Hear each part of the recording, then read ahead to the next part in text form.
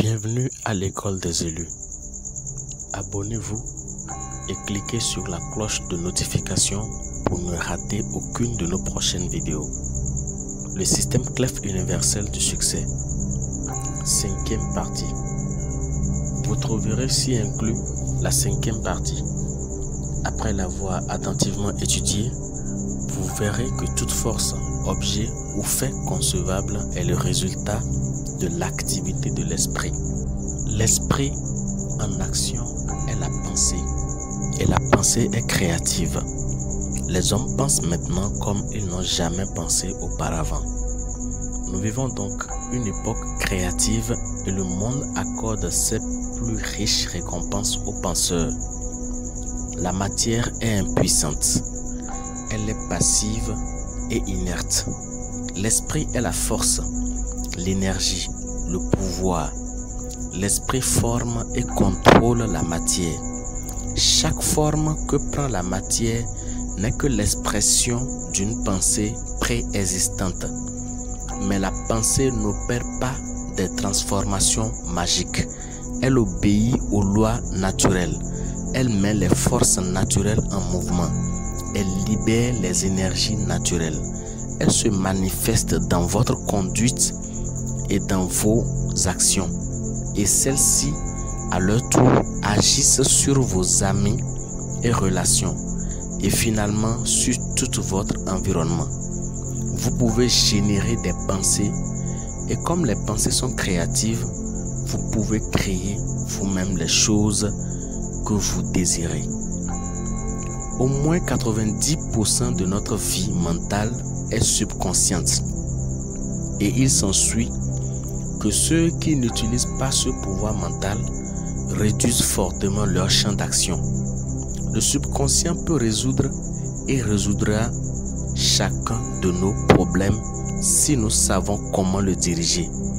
Le subconscient travaille sans cesse. La seule question alors est de savoir si nous ne voulons être que des récipients passifs de cette activité ou si nous la dirigeons consciemment. Avons-nous la vision de la destination que nous voulons atteindre, des dangers à éviter ou allons-nous voguer au gré des courants? Nous avons découvert que l'esprit imprègne chaque partie du corps et qu'il est toujours susceptible d'être dirigé et influencé par une autorité extérieure ou une partie plus dominante de l'esprit. L'esprit qui imprègne le corps est en grande mesure le résultat de l'hérédité qui à son tour est simplement l'effet de tous les environnements, de toutes les générations précédentes sur les forces de vie réceptives et un mouvement perpétuel.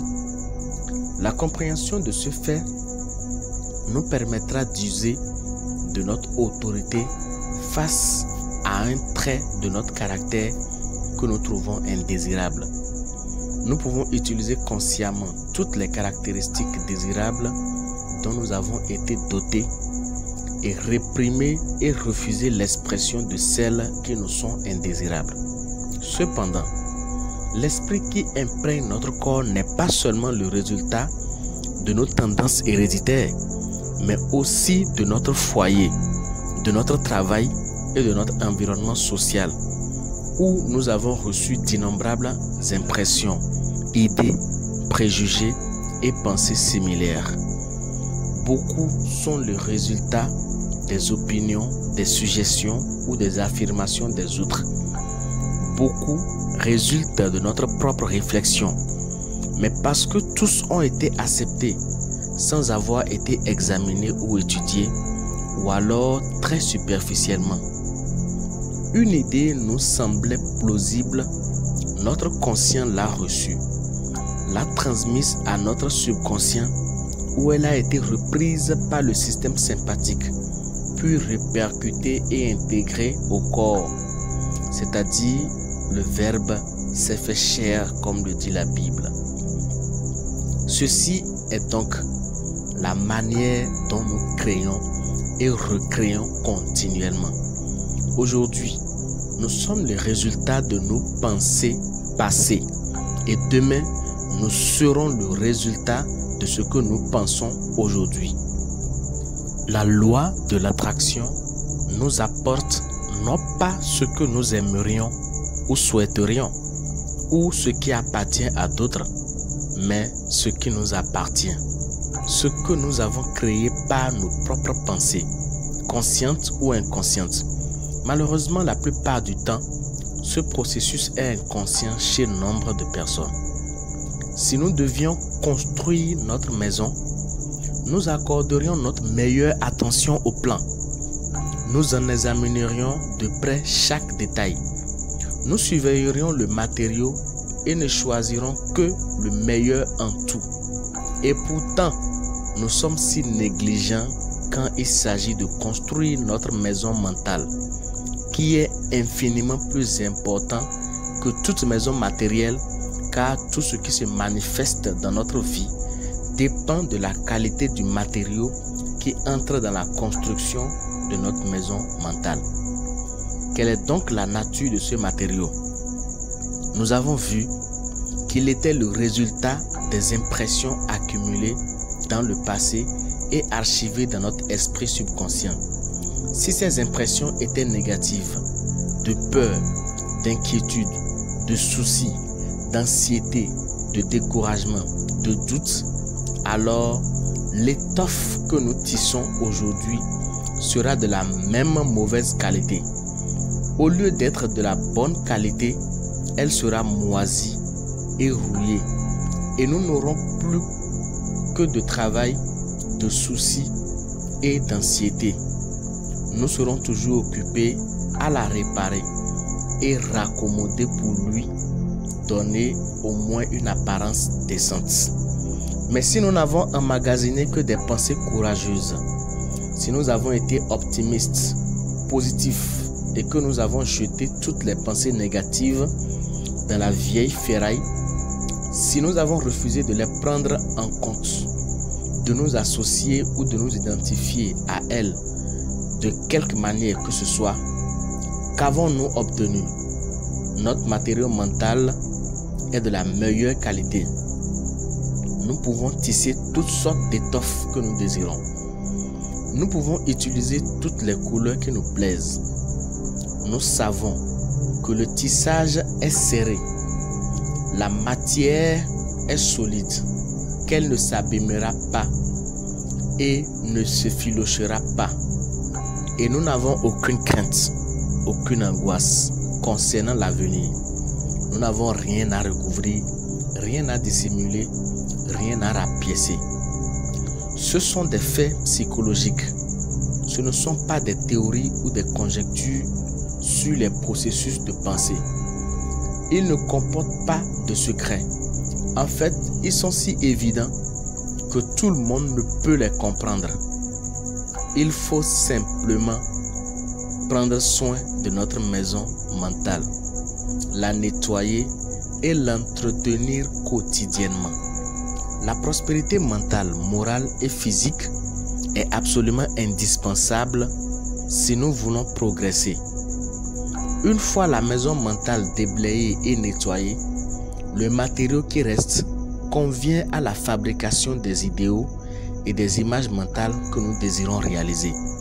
C'est une belle propriété qui attend le demandeur. Ces vastes terres, ces récoltes abondantes, son eau courante, ces arbres majestueux s'étendent aussi loin que porte le regard. Il y a un manoir spacieux et gai, avec des tableaux précieux, une bibliothèque bien fournie, de riches tapisseries et tout le confort et le luxe désirable. Tout ce que l'héritier a à faire est de revendiquer son héritage, en prendre soin et le faire fructifier. Il doit l'entretenir, il ne doit pas le laisser à l'abandon et à la dégradation, car la condition pour le posséder et l'exploiter est celle-ci, celle de ne pas l'abandonner, de ne pas la laisser se dégrader et de l'entretenir. La négliger revient donc à le perdre. Dans le domaine mental et spirituel, dans le domaine du pouvoir pratique, une propriété pareille vous appartient. Vous êtes l'héritier. Vous pouvez revendiquer votre héritage, l'obtenir et en jouir. Le pouvoir sur les circonstances est l'un de ses fruits. La santé, l'harmonie et la prospérité sont les avoirs dans son bilan comptable. Il vous procure l'équilibre et la paix. Il ne vous coûte que l'effort d'étudier et de récolter son abondance moisson. Il ne demande aucun sacrifice, excepté de perdre vos limitations, votre servitude, votre faiblesse. Il vous revêt d'honneur et place un spectre entre vos mains. Certains procédés sont nécessaires pour avoir cette propriété. Vous devez d'abord ardemment le désirer. Vous devez revendiquer votre droit sur elle. Vous devez en prendre possession. Vous admettez que ce ne sont pas des conditions difficiles. Vous avez des notions sur la loi de l'hérédité. Darwin, Haeckel et d'autres scientifiques ont accumulé une montagne d'indices prouvant que l'hérédité est une loi au service de la création progressive. C'est l'hérédité progressive qui a donné à l'homme sa posture verticale, sa mobilité, ses organes digestifs, sa circulation sanguine, sa résistance nerveuse, sa force musculaire, son ossature et une multitude d'autres facultés physiques. Les faits sont encore plus impressionnants quand il s'agit de l'hérédité mentale. Le tout constitue ce que l'on peut appeler notre hérédité humaine. Mais il existe une hérédité que les scientifiques n'ont pas incluse dans leurs travaux. Elle est sous-jacente et antérieure à toutes les recherches. Là où, en désespoir de cause, ils baissent les bras, avouant qu'ils ne peuvent pas expliquer ce qu'ils voient, l'hérédité divine se manifeste dans toute son ampleur. C'est la force bienveillante à l'origine de la création. Elle émane du principe divin et descend directement dans chaque être créé. Elle crée la vie, ce que les physiciens n'ont pas fait et ne pourront jamais faire.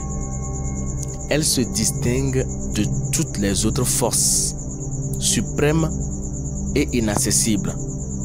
Aucune faculté héréditaire humaine ne peut l'approcher. Aucune faculté héréditaire ne peut s'y mesurer. Cette vie infinie coule à travers chacun de nous. Elle est en nous. Les portes par lesquelles on y accède sont les facultés qui incluent votre conscience. Garder ces portes ouvertes est le secret du pouvoir. Cela ne mérite-t-il pas que l'on fasse des efforts?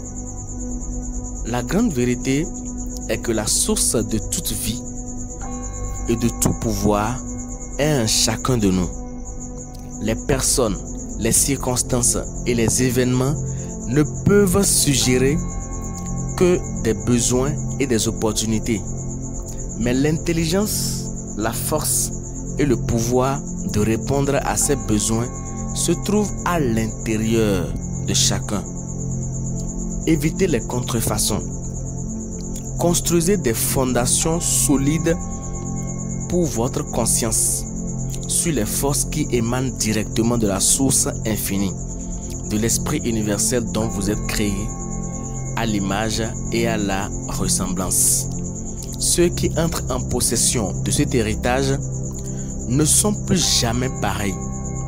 Ils acquièrent une sensation de pouvoir inimaginable.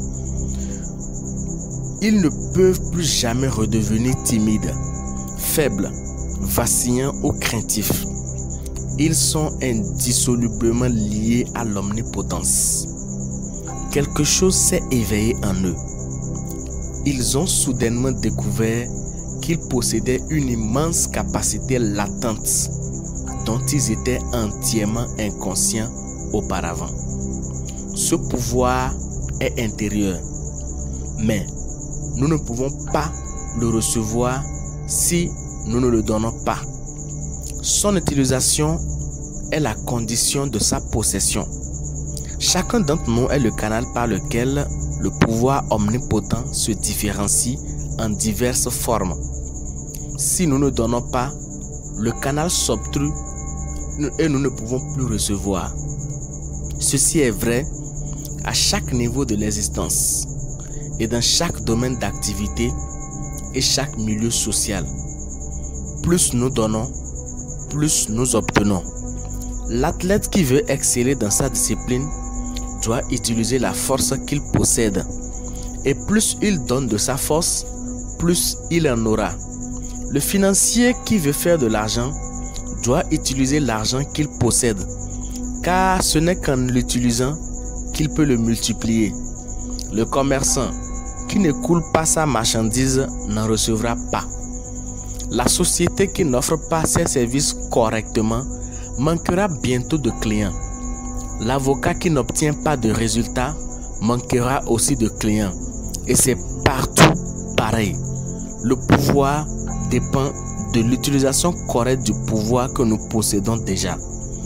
Ce qui est vrai dans chaque domaine d'activité et chaque expérience de la vie est vrai aussi pour le pouvoir dont provient tout autre pouvoir que nous connaissons, le pouvoir spirituel.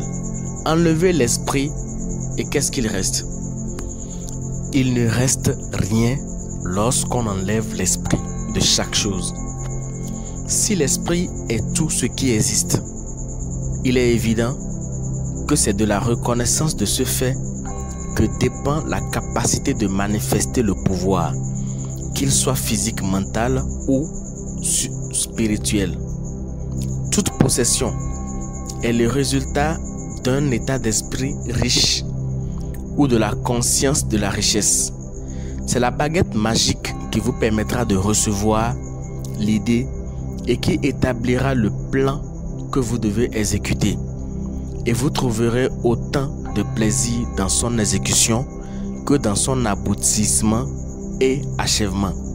Maintenant, allez dans votre chambre. Prenez le même siège que dans les parties précédentes et la même position que précédemment. Puis choisissez mentalement un endroit qui éveille en vous des associations agréables. Formez-en une image mentale complète. Voyez les bâtiments, le paysage environnant, les arbres, les personnes qui en font partie. Voyez tout de manière claire et distincte.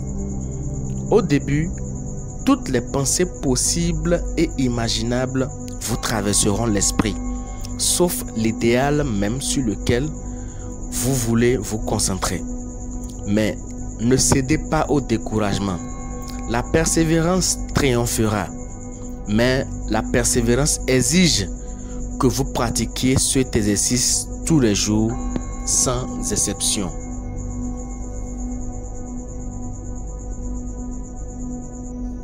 Sixième partie. J'ai le privilège de vous présenter la sixième partie du cours. Cette partie vous fournira une excellente compréhension de la pièce du mécanisme le plus merveilleux au monde. Le mécanisme par lequel vous pouvez créer votre santé, votre force, votre succès, votre prospérité ou toute autre condition que vous désirez. Les nécessités sont des demandes. Les demandes suscitent l'action et l'action produit les résultats. Le processus d'évolution construit perpétuellement les lendemains à partir des aujourd'hui. Le développement individuel, comme le développement universel, est progressif et en croissance perpétuelle.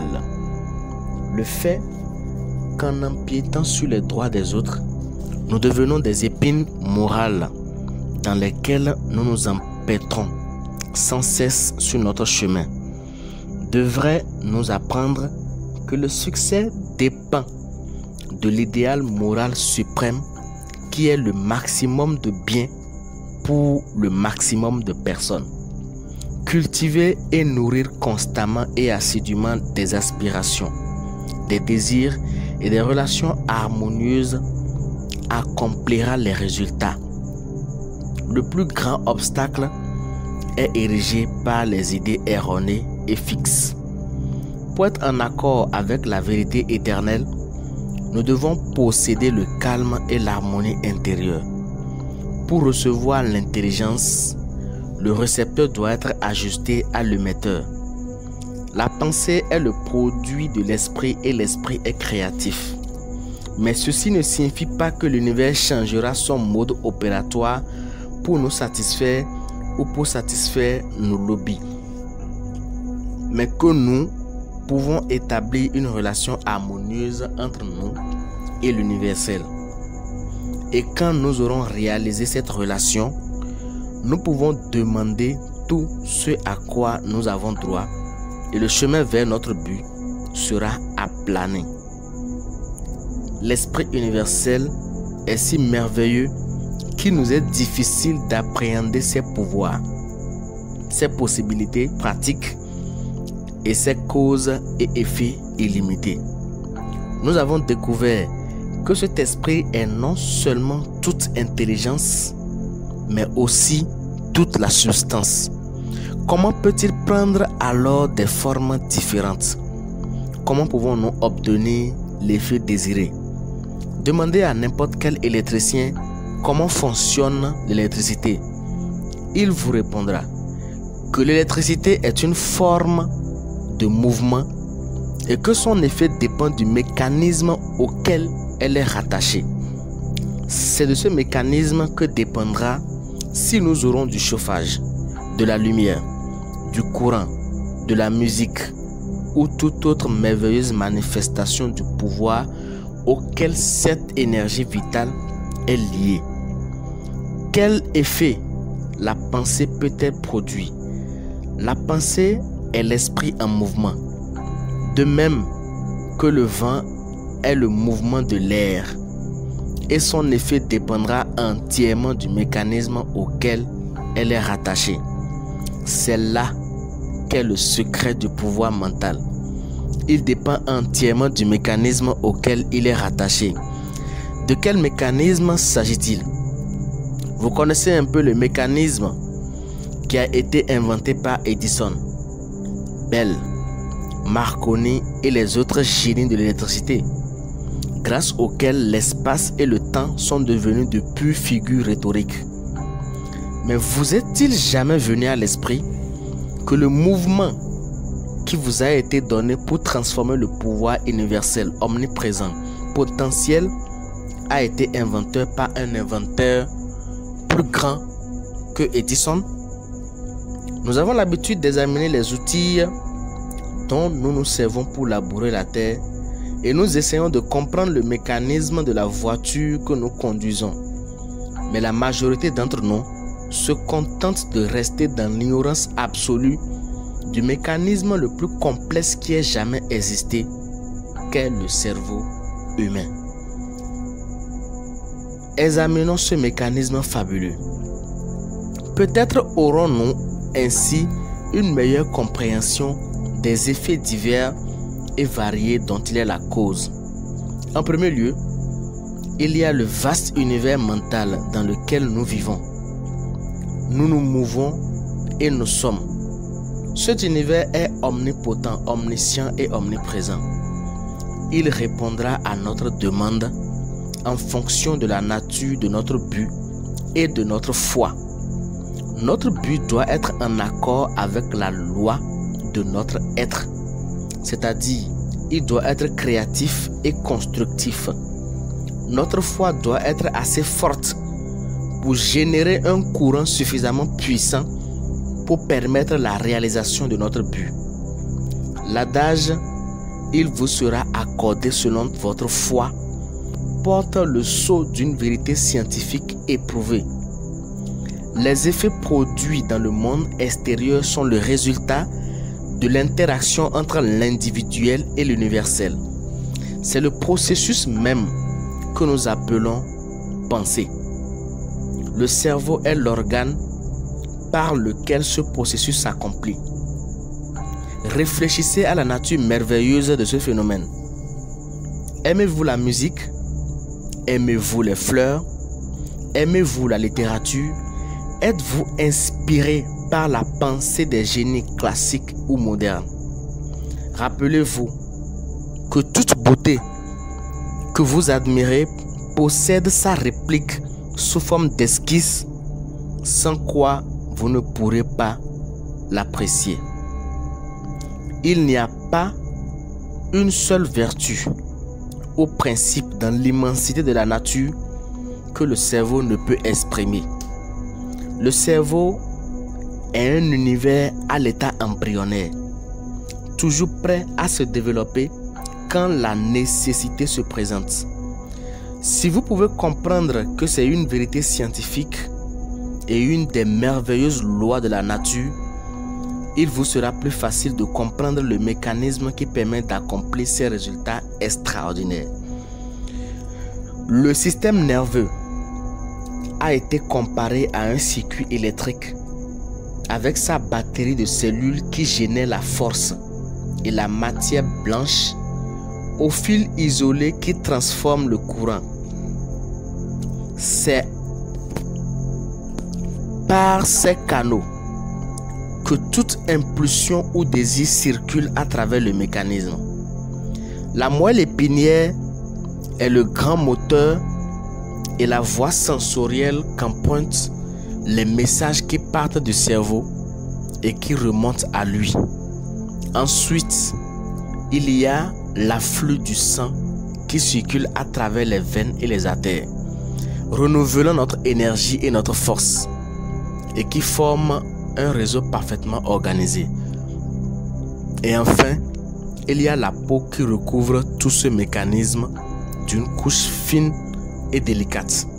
Cet ensemble constitue le temple du Dieu vivant, où le pouvoir a été donné au moi individuel et à sa compréhension du mécanisme qui est sous son contrôle. Chaque pensée active certaines cellules cérébrales au début. La substance vers laquelle la pensée est dirigée ne répond pas. Mais si la pensée est suffisamment précise et concentrée, la substance cédera et l'exprimera parfaitement. L'influence de l'esprit peut s'exercer sur n'importe quelle partie du corps, provoquant l'élimination de chaque condition indésirable.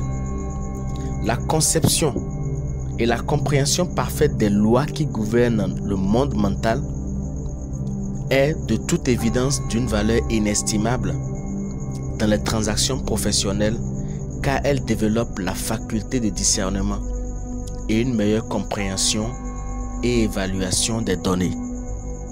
L'homme qui se tourne à l'intérieur au lieu de regarder à l'extérieur de lui ne peut manquer d'utiliser les forces puissantes qui détermineront le cours de sa vie et l'accorderont à ce qu'il y a de meilleur, de plus fort, de plus désirable dans le monde. L'attention ou la concentration est probablement l'élément fondamental dans le développement de la culture de l'esprit. Quand elles sont correctement dirigées, les possibilités de l'attention sont si remarquables qu'elles peuvent paraître incroyables aux non-initiés. Le trait distinctif de tout homme ou femme de réussite est le degré de développement de leur attention, et c'est le plus haut niveau d'accomplissement personnel qui peut être atteint. Le pouvoir de l'attention sera plus facilement compris si nous le comparons à la loupe qui concentre les rayons du soleil. Ces rayons ne sont pas si particulièrement forts aussi longtemps que nous déplaçons la loupe et que nous dirigeons les rayons ici et là. Mais si nous tenons la loupe parfaitement immobile et gardons les rayons focalisés sur un seul point pendant un certain temps, l'effet sera immédiatement perceptible. Il en est de même avec le pouvoir de la pensée. Si nous laissons ce pouvoir se dissiper en éparpillant notre pensée d'un objet à l'autre, il n'y aura aucun résultat visible. Mais si nous focalisons ce pouvoir par l'attention ou la concentration sur un seul objet pendant une certaine durée, rien ne sera plus impossible. Un remède très simple pour une situation très complexe, diront d'aucuns. Si c'est ce que vous croyez, faites-en l'essai. Vous qui manquez d'expérience dans la concentration de la pensée sur un but ou un objectif précis, choisissez n'importe quel objet et concentrez-vous sur lui. Dans le but précis, pendant 10 minutes, vous n'y arrivez peut-être pas, car votre esprit décroche une douzaine de fois au moins, et chaque fois qu'il faut ramener à son objectif l'esprit, et vous perdez autant de fois l'effet jusqu'à ce que les 10 minutes soient atteintes. Vous n'avez rien gagné du tout parce que vous n'avez pas été capable de fixer votre pensée sur un objet. Cependant, c'est grâce à l'attention que vous serez enfin capable de surmonter tous les obstacles qui s'érigent devant vous. Et la seule manière d'acquérir ce magnifique pouvoir est la pratique. C'est en forgeant qu'on devient forgeron. Ou c'est la pratique qui donne la maîtrise parfaite, ici comme partout ailleurs. Pour cultiver votre pouvoir d'attention, prenez une photographie. Asseyez-vous sur le même siège que dans les parties précédentes, dans la même chambre et dans la même position que précédemment. Examinez attentivement la photographie pendant au moins 10 minutes. Observez l'expression des yeux, les traits du visage, les vêtements, la coiffure. En fait, notez chaque détail de la photographie avec soin. Puis, retournez la photographie, fermez les yeux et essayez de la revoir dans votre esprit. Si vous pouvez revoir distinctement chaque détail et si vous pouvez reconstituer mentalement l'image de la photographie, vous pouvez donc vous féliciter. Sinon, répétez l'exercice jusqu'à ce que vous la réussissiez complètement. Cette étape est destinée à préparer le terrain. La semaine prochaine, dans les parties à suivre, nous serons prêts à semer les graines. Cet exercice type vous rendra enfin capable de contrôler vos états mentaux, votre attitude, votre conscience. Les grands financiers apprennent à se retirer dans la solitude, à s'isoler et à se donner le temps pour établir des plans, réfléchir et susciter les états mentaux appropriés à leur but. Les hommes d'affaires de succès démontrent constamment le fait qu'il est payant de rester en contact avec la pensée des autres hommes d'affaires de succès.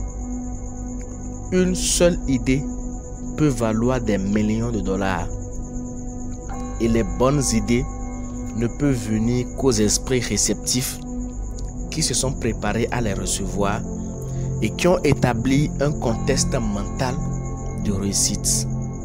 Les hommes apprennent à entrer en harmonie avec l'esprit universel. Ils se rendent compte de l'unité de toutes choses. Ils apprennent les méthodes et principes de la pensée et changent ainsi les conditions et multiplient les résultats. Ils découvrent que les circonstances de l'environnement suivent la direction de l'avancement mental et spirituel. Ils découvrent que la connaissance suit la croissance, que la croissance suit la connaissance, que la connaissance vient avant la croissance. L'action suit l'inspiration. L'opportunité suit la perception. Le spirituel vient toujours en premier, suivi de la transformation en possibilité de réalisation infinie et illimitée. Comme l'individu n'est que le moyen de différenciation de l'universel, ces possibilités sont nécessairement inépuisables. La pensée est le processus par lequel nous pouvons absorber l'esprit du pouvoir et maintenir le résultat dans notre conscience profonde jusqu'à ce qu'il fasse partie de notre conscience ordinaire. La méthode d'accomplissement du résultat par la pratique persistante de chaque principe fondamentaux, tels qu'ils sont expliqués dans ce système clé principal pour ouvrir les portes de la vérité universelle. Les deux grandes sources de la souffrance humaine sont à présent la maladie physique et l'anxiété mentale. On peut facilement découvrir à l'origine de celle-ci une transgression de la loi naturelle. Ceci provient sans aucun doute du fait que la connaissance est restée jusqu'à présent très partielle, mais les nuages obscurs qui se sont accumulés à travers les âges commencent à s'éloigner, emportant avec eux les nombreux malheurs qui accompagnent une information imparfaite.